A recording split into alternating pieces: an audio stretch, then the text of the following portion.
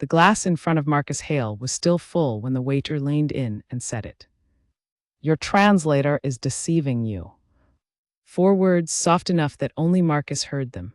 The waiter did not look at him after. He simply straightened, tucked the cloth under his arm, and walked back toward the kitchen as if he had said nothing more remarkable than the evening special. Marcus did not move. Across the table, his translator Daniel was still speaking. His Japanese was smooth, unhurried, the kind of fluent that sounds like music when you cannot understand it. The man sitting opposite Marcus, a Japanese executive named Hiroshi Tanaka, listened with his hands folded on the table and his face arranged into something between patience and satisfaction. Marcus picked up the glass, took one small sip, set it back down. He watched Daniel's mouth. He watched Tanaka's eyes. He had been watching people for 30 years, reading the small gap between what they said and what they meant, and that gap had made him, conservatively, $400 million. He was not a man who missed things. And yet, he had not seen this one coming. Daniel had come with references, 3 of them on letterhead, from firms that Marcus's assistant had called personally. He had a profile on a professional network that stretched back 11 years. He had translated for 2 government trade delegations and 1 Fortune 500 acquisition that Marcus had actually read about in a financial newspaper. He had a calm face and a firm handshake, and the kind of quiet confidence that reads as competence in any language.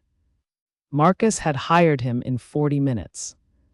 Now a restaurant waiter in Istanbul had just told him that Daniel was a liar, and Marcus could not ask Daniel to translate that. He almost laughed, almost. The dinner continued. Tanaka spoke. Daniel translated. Marcus listened to what Daniel said and nodded at the right times because 30 years of business had made nodding at the right times as automatic as breathing. But inside, something had shifted. A door had opened that he had not known was closed. The evening was a pre-negotiation dinner. Nothing binding, no signatures. Just the careful, slow business of 2 men deciding whether they trusted each other enough to do something expensive together. The deal on the table was a development project outside Kyoto, a mixed-use commercial space that Tanaka's firm had been planning for 4 years and that Marcus's capital could accelerate by a decade. If it came together, both men would walk away considerably richer. If it fell apart, both men would walk away and find other deals, because men like them always found other deals. That was what Marcus kept telling himself as he sat there watching Daniel's mouth. There is always another deal. But the waiter's voice kept sitting in his ear like a splinter. Tanaka said something that made Daniel smile. Daniel turned to Marcus. He says he is glad you came personally. He says many foreign investors send representatives. He considers it a sign of seriousness that you made the trip yourself. Marcus smiled at Tanaka. Please tell him I consider it a sign of respect. Daniel translated. Tanaka nodded, pleased. Marcus watched Tanaka's face during the translation. He had no way to verify what Daniel had actually said. That was the whole problem. That was the architecture of the trap, if it was a trap. He was completely dependent on the one man he now suspected. He excused himself before dessert arrived. The restaurant was the kind of place that understood privacy. The hallway to the restrooms was long and quiet and far enough from the dining room that a man could stand still for a moment without anyone noticing. Marcus stood still. He pressed one hand flat against the cool wall and looked at the floor and let himself think.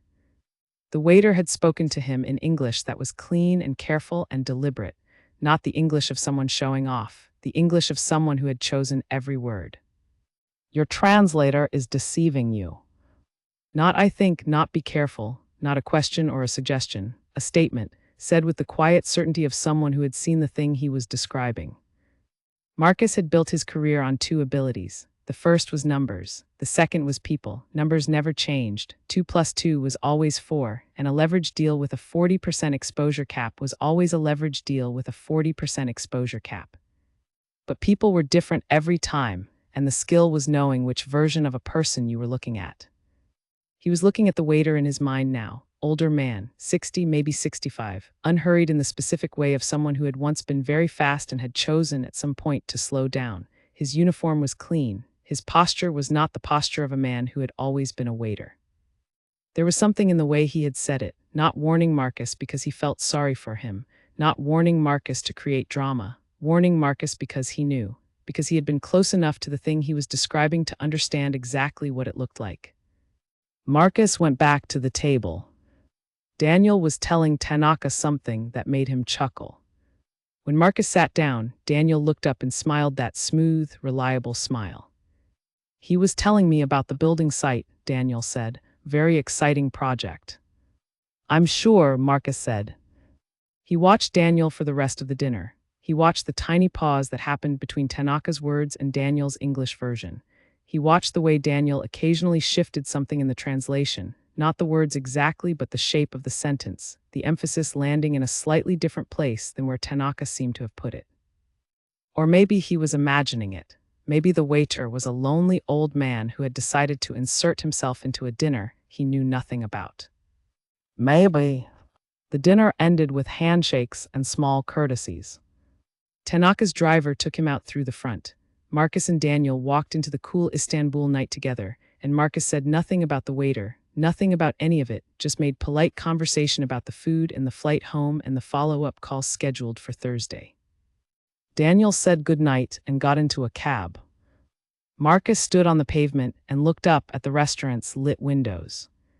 He needed to go back inside. He needed to find the waiter. He turned around and walked through the door. The dining room was clearing. Servers were collecting glasses and resetting tables with the efficient quiet of people who did this every night. Marcus stood near the entrance and looked for the man, older, calm, the cloth tucked under his arm. He was not there. Marcus asked a young server near the bar whether an older gentleman, one of the waiters, was still on shift. The server looked uncertain and went to find a manager. The manager came out, a woman in her 40s with reading glasses pushed up on her head, and asked if there was a problem. "No problem," Marcus said. "I just wanted to speak with one of your staff, an older gentleman who served our table this evening." The manager looked at him carefully. "Can you describe him?" Marcus described him.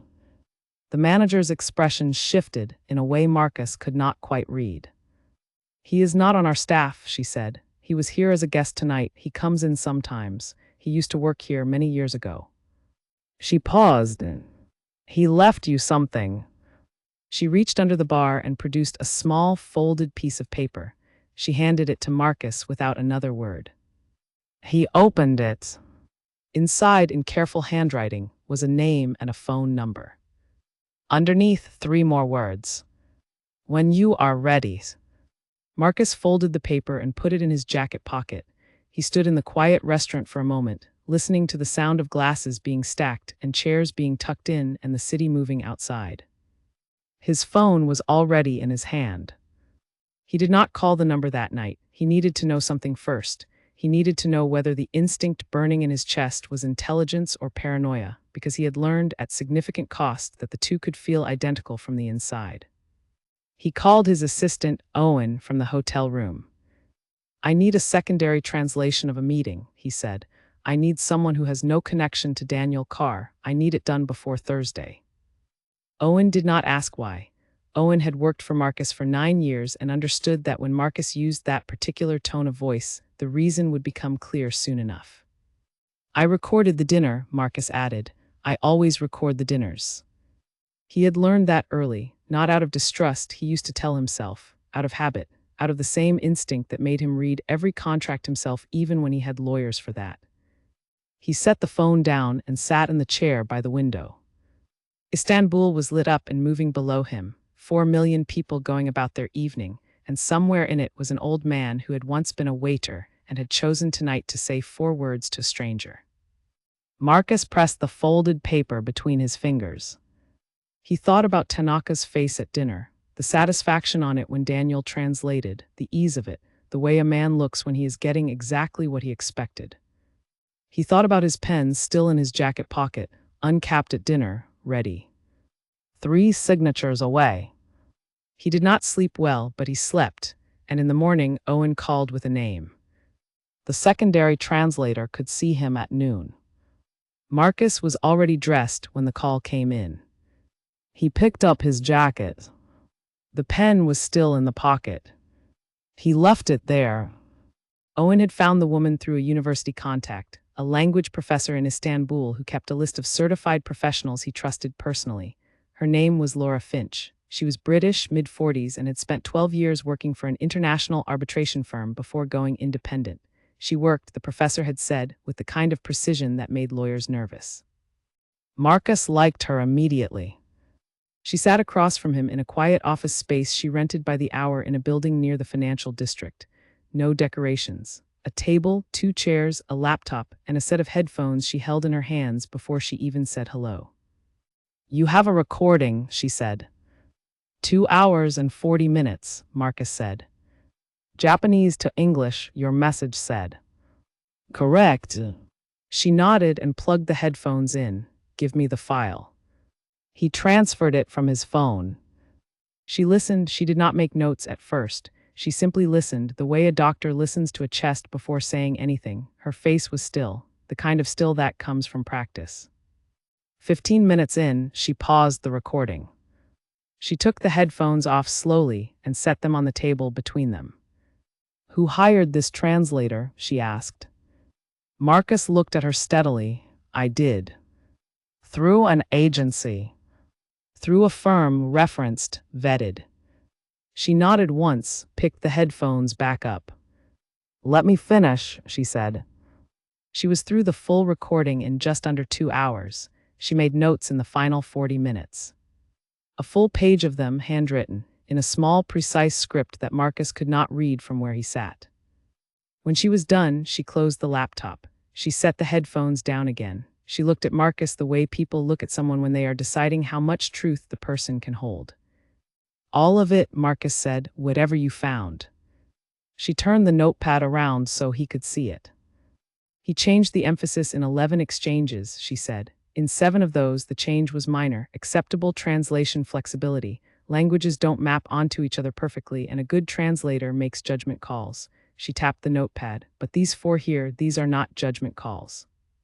Marcus leaned forward. She walked him through each one. The first, Tanaka had asked whether Marcus's firm had the capital ready now or would require financing partners. Daniel had translated this as Tanaka expressing excitement about the potential for co-investment, 2 completely different things. One was a question probing Marcus's liquidity. The other was a statement suggesting Tanaka welcomed outside partners. Marcus had answered accordingly, laying out a co-investment structure he had prepared. Tanaka had responded warmly.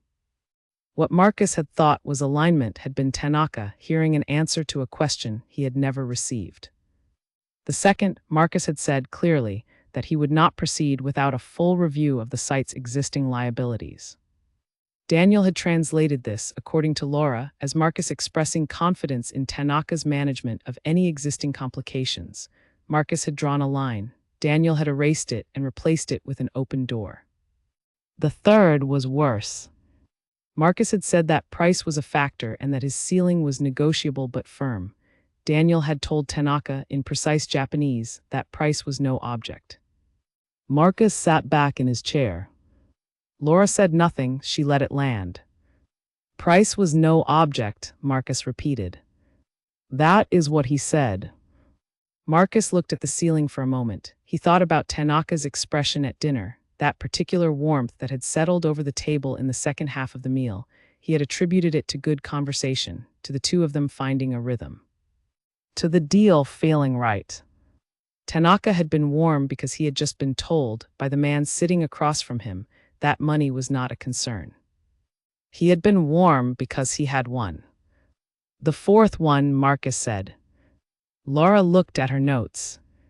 At the end of the dinner, Tanaka made a comment about the timeline.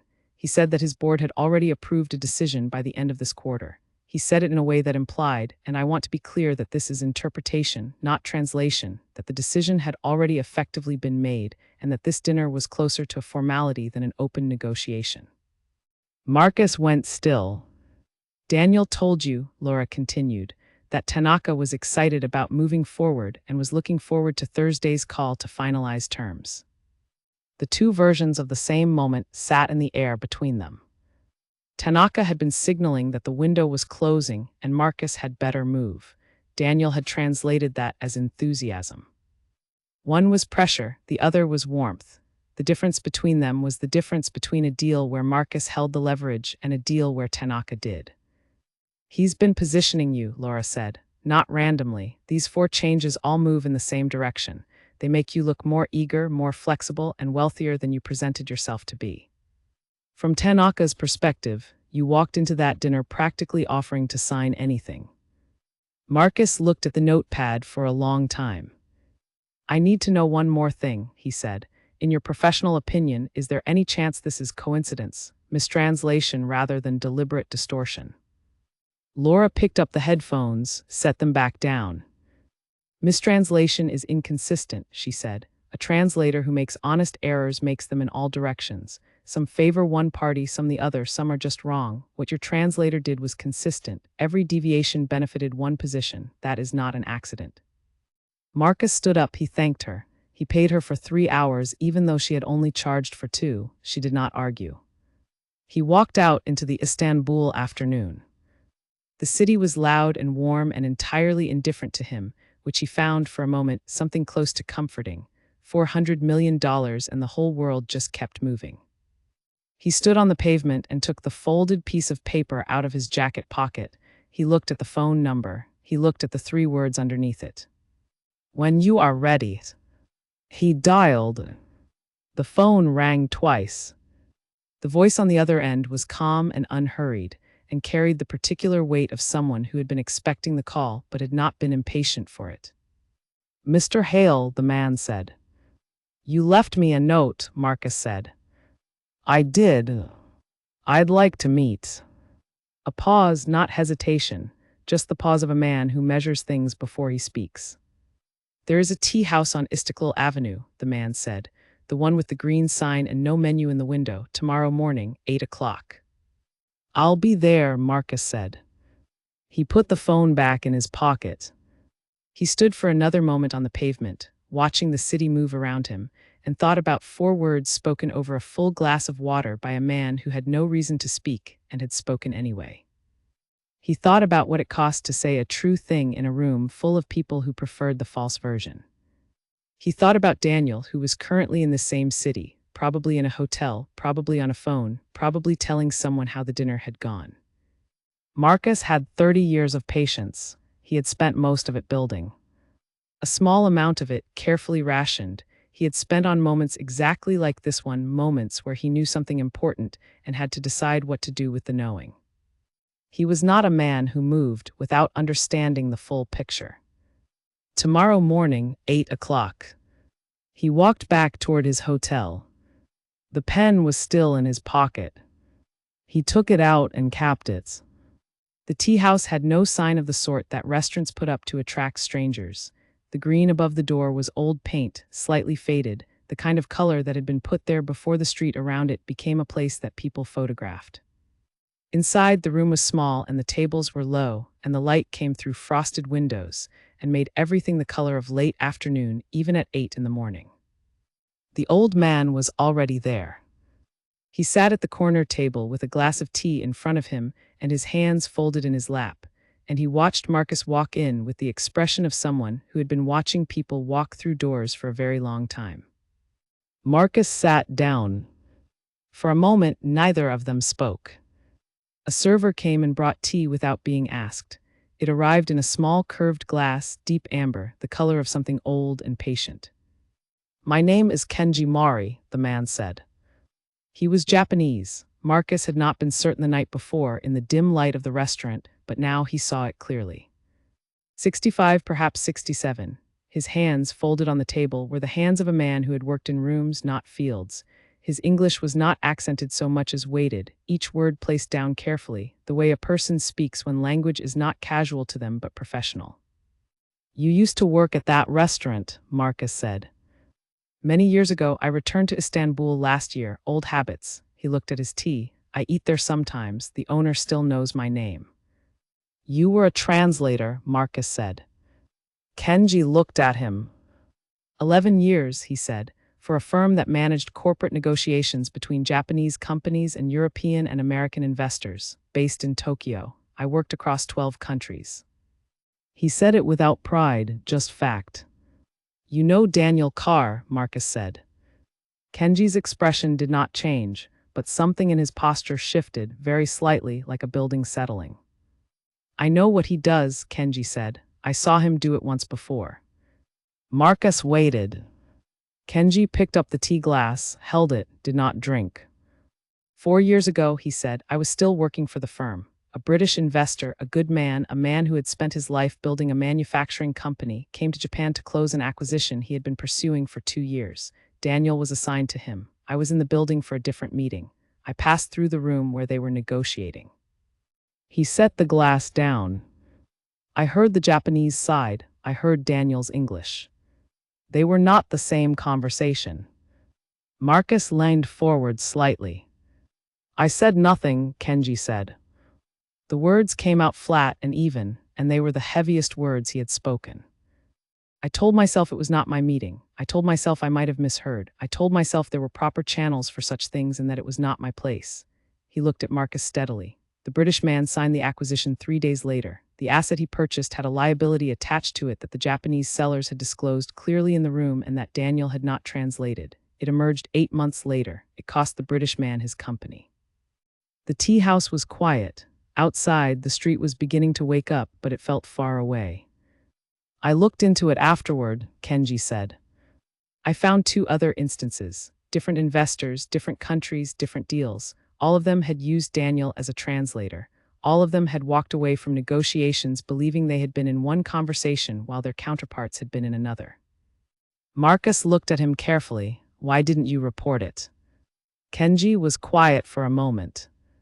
I had no proof, he said, only what I had heard in a corridor. Daniel was credentialed, referenced, employed by a firm with a very long reputation. I was one interpreter who had passed through a room. He paused, and I was afraid. I am not proud of that, but it is true. He finally lifted the tea and drank. When I saw him walk into the restaurant 2 nights ago, Kenji said, I recognized him immediately. He did not recognize me. Translators are not memorable to people like Daniel. They are tools. He set the glass down. I watched him at your table. I watched his body. I watched the way he listened to the Japanese man and the way he spoke to you. I have spent 40 years reading the space between what people say and what they mean. He looked at Marcus, and so I told you. Marcus sat with that for a moment. You took a risk, Marcus said. Kenji tilted his head slightly. I took a very small risk. You are a wealthy man who could choose not to believe me. The worst outcome was that you ignored me and I went home. He looked at the table. I already know what it costs to say nothing. I was not willing to pay it again. Marcus thought about the British man, the manufacturing company. 8 months of not knowing what had happened to him in that room. I need to understand something, Marcus said. Is Daniel working alone, or is there someone on the other side of the table who knows what he's doing? Kenji considered the question carefully. In the case I witnessed, he said, the Japanese sellers were not involved. The deception benefited them, but they were not aware of it. Daniel was operating for his own purposes. He paused. What those purposes were, I cannot say with certainty. A translator who distorts a deal in one party's favor is either being paid by that party or is positioned to benefit from the deal's outcome in some other way. He looked at Marcus. You would need to find that out yourself. Marcus nodded slowly. Can I ask you something? Kenji said. Marcus looked at him. When I told you at the table, what did you do first? Did you confront him? Did you leave the dinner? I finished the dinner, Marcus said. Something moved in Kenji's expression, something that might have been respect. That is the right instinct, Kenji said. A man who runs before he understands gives himself away. A man who finishes the dinner learns more. He reached into his jacket. He produced a small card and placed it on the table between them. My phone number is on there, he said. Also the name of the firm Daniel worked for when I knew him. They will not confirm anything willingly, but they keep records. If you have a lawyer who knows how to ask questions quietly, the records may be useful. Marcus picked up the card. He looked at Kenji Mori, this man who had spent 11 years in rooms full of language and then walked away from all of it to refill glasses in a restaurant he used to work at, who had carried the weight of one silenced truth for 4 years, and had decided on an ordinary Tuesday evening that he would not carry another. Why this time? Marcus asked. What was different? Kenji was quiet for a moment. Nothing was different, he said. That is exactly why. He stood, he straightened his jacket. He looked at Marcus one more time. Finish what you are doing carefully, he said. Daniel is not dangerous. He is simply dishonest, and dishonest people are only dangerous when they are protected. He picked up his tea glass and held it for a moment. Remove the protection, and they become very small very fast. He left the tea house. Marcus sat alone at the corner table for a long time, listening to the street outside growing louder as the morning moved in. He had a Thursday call with Tanaka in 48 hours. He had Daniel's name on a contract he had not yet signed. He had a lawyer in London who knew how to ask quiet questions. He had a card in his hand and a recording on his phone, and a woman named Laura Finch who had just handed him a clear professional opinion in 12 pages of notes. And he had 48 hours. He finished his tea. It was still warm. He called his lawyer from the hotel room before breakfast. Her name was Carol Webb. She had been practicing commercial law for 26 years and had a voice on the phone that sounded like someone who had heard every version of every story and was still, professionally, interested. Marcus told her what he had. He told her about the recording, about Laura Finch's analysis, about Kenji Mori and the firm the old man had named. Carol listened without interrupting. When he was finished, she said, "Thursday." "Yes." "You still have the call?" "Yes." "And Daniel is still expecting to be on it?" "As far as he knows, nothing has changed." Carol was quiet for a moment. He could hear her thinking, which was a sound like paper moving. "Don't cancel the call," she said. "Don't confront Daniel before it. What you have right now is testimony from an independent translator and a secondary audio analysis. That is significant, but what you do not yet have is anything that connects Daniel to a financial interest in this deal. If he is being paid by someone to skew this negotiation, there will be a paper trail. It will not be a neat trail, but it will exist." Kenji mentioned the firm Daniel worked for. "I'll start there," Carol said. "I have a contact in Tokyo who specializes in corporate disclosure matters. Give me 36 hours. "You have 34, Marcus said. A pause, then fine. He ate breakfast. He answered 3 other business emails. He did not contact Daniel. He walked along the waterfront in the afternoon and watched the ferries cross the strait and thought about leverage, which was, in the end, the only thing that mattered in any negotiation. Not money, not goodwill, not even trust, though trust was a useful tool. Leverage. He had it, he had to use it correctly. Carol called him at 11 that night. "The firm is called Arai Consulting," she said. "They dissolved 3 years ago. However, the founding partner, a man named Ryota Arai, is currently a minority shareholder in Tanaka's development company." Marcus sat up. "Daniel Carr worked for Arai Consulting for 4 years, Carol continued. He left the same year the firm dissolved. The timing on paper looks like coincidence. What is not coincidental is that in the past 18 months, Daniel has been engaged as a translator on 4 separate deals involving foreign investors and Japanese commercial properties. In 3 of those 4 cases, the foreign investor pulled out of the deal within 6 months, citing unexpected liabilities they claimed were not disclosed." Marcus was quiet. "And the 4th, he asked. "The 4th deal closed," Carol said. "The foreign investor signed and the Japanese seller sold. The seller in that case was a subsidiary of a company partially owned by Ryota Arai." The room was very still. "So Daniel delivers deals," Marcus said. "When he can't deliver them, he destroys them. Either way, Arai benefits." "That is what it looks like," Carol said carefully. "We do not yet have direct evidence of a financial arrangement between Arai and Daniel Carr. What we have is a pattern." "A pattern is enough to walk away from a deal," Marcus said. "A pattern is enough for that," Carol agreed. "It is not yet enough for anything else." "I'm not interested in anything else right now," Marcus said. "I'm interested in Thursday." He sat in the chair by the window again. Istanbul was dark outside. The lights on the water moved slowly. He thought about Tanaka. He had looked at the man carefully over the course of that dinner and had formed an impression that he still trusted. Tanaka was not involved. He was a straightforward businessman who believed he had been in a fair negotiation. He had been managed as carefully as Marcus had been managed. The difference was that Tanaka did not know he was being used as bait. Which meant Thursday's call did not have to be a disaster. It could be something else entirely. "Carol," Marcus said, "I need you to help me design Thursday's call."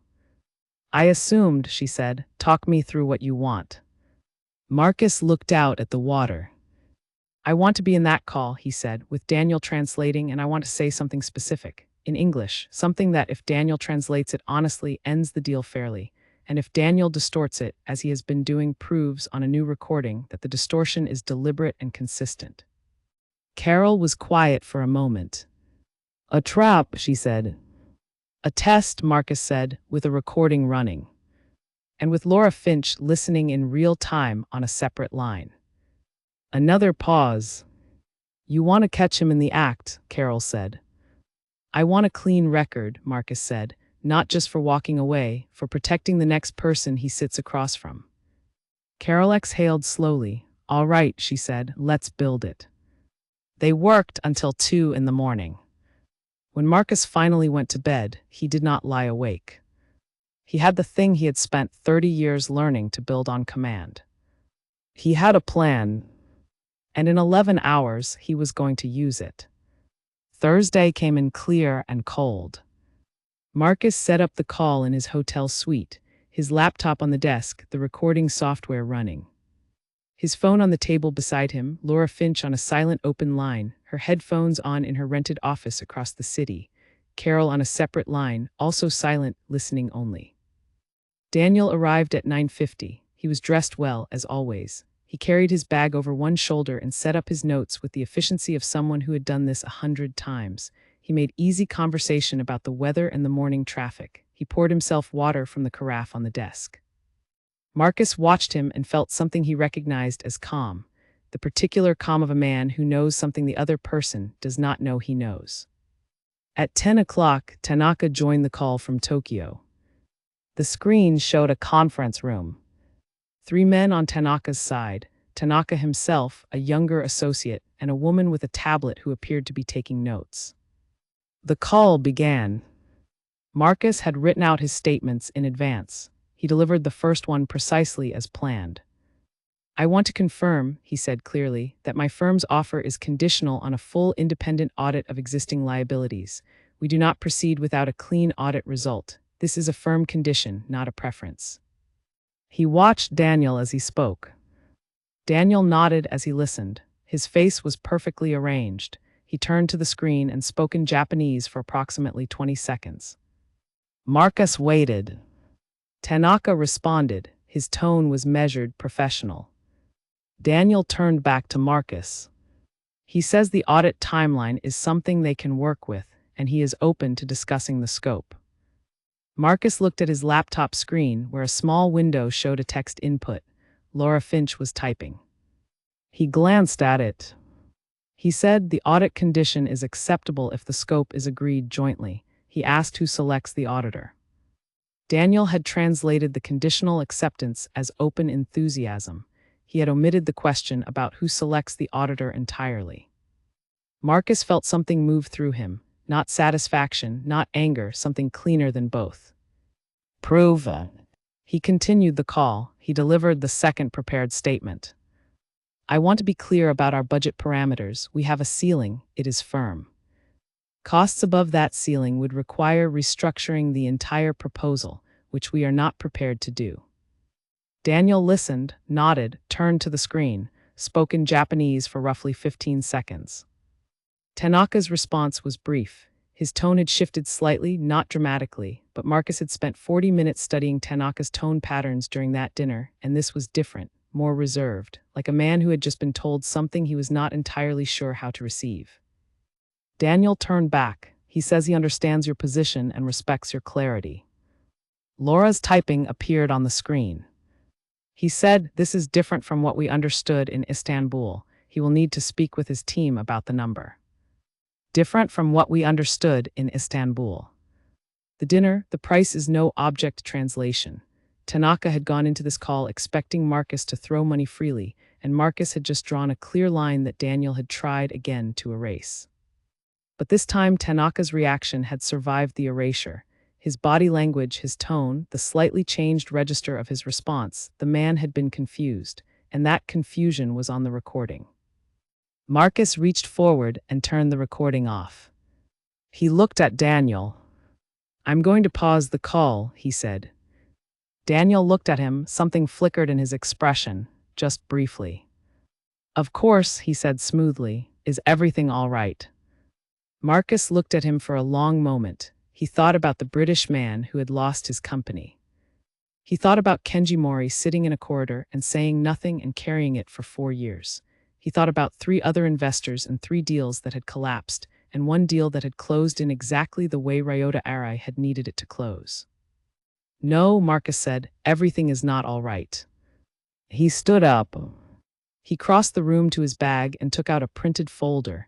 He set it on the desk in front of Daniel. "That is a transcript," he said. "My translator prepared it. It is a comparison of what was said at our dinner on Monday evening and what you told me was said." He paused. "They are not the same document." Daniel looked at the folder. He did not open it. He looked up at Marcus. And for the first time since Marcus had met him, Daniel's face was completely still. Not calm, not composed, just still. The stillness of a man deciding very quickly how to respond to something he had not prepared for. "I think," Daniel said carefully, "there may be some misunderstanding about translation conventions." "The call is recorded," Marcus said. "This call and the dinner, both of them have been reviewed by an independent translator. Her written analysis is in that folder too, if you'd like to read it." He kept his voice completely even. "I'm not interested in a conversation about translation conventions."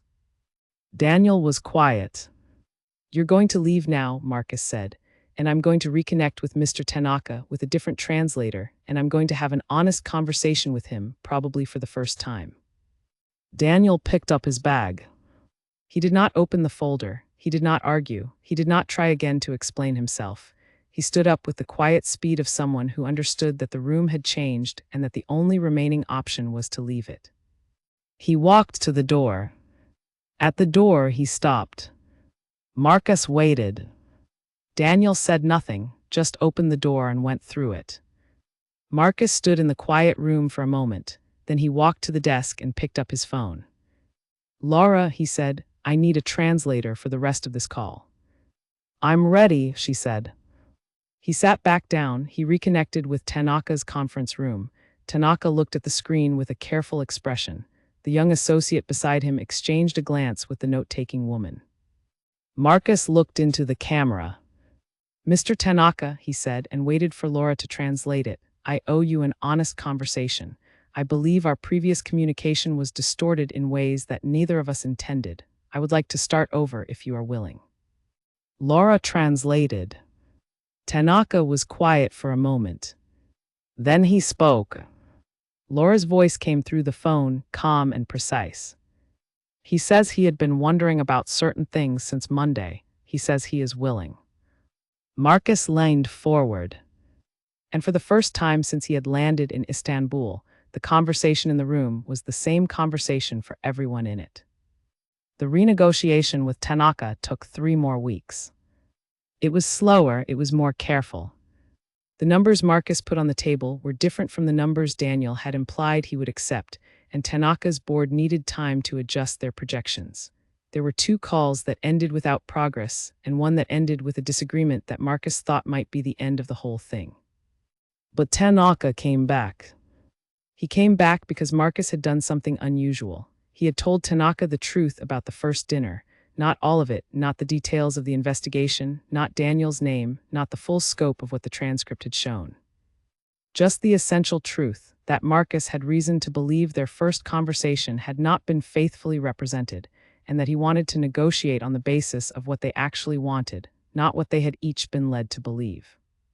Tanaka had listened carefully. He had asked one question. "Did you know during the dinner?" "No," Marcus said. "I was told during the dinner. I did not yet know whether to believe it." Tanaka had sat with that for a moment. Then he had said through Laura, "A man who finishes the dinner before deciding what to do is a man I can do business with." Marcus had thought of Kenji when he heard that. The deal they eventually signed was different from the one Daniel had been building toward. The liability audit Marcus insisted on found 3 encumbrances in the property title that Tanaka's team had genuinely not flagged, not through deception but through the specific carelessness that comes from knowing a property too well to see its problems. They were resolved before signing. The financial terms reflected Marcus's actual ceiling. which was lower than what Daniel had advertised on his behalf. Tanaka accepted it because the audit result, once clean, made the project viable enough that the lower number still made sense. It was a smaller deal than Marcus had originally envisioned. It was also a sound one. He signed it in London, which he preferred, his own desk, his own city, his own pen.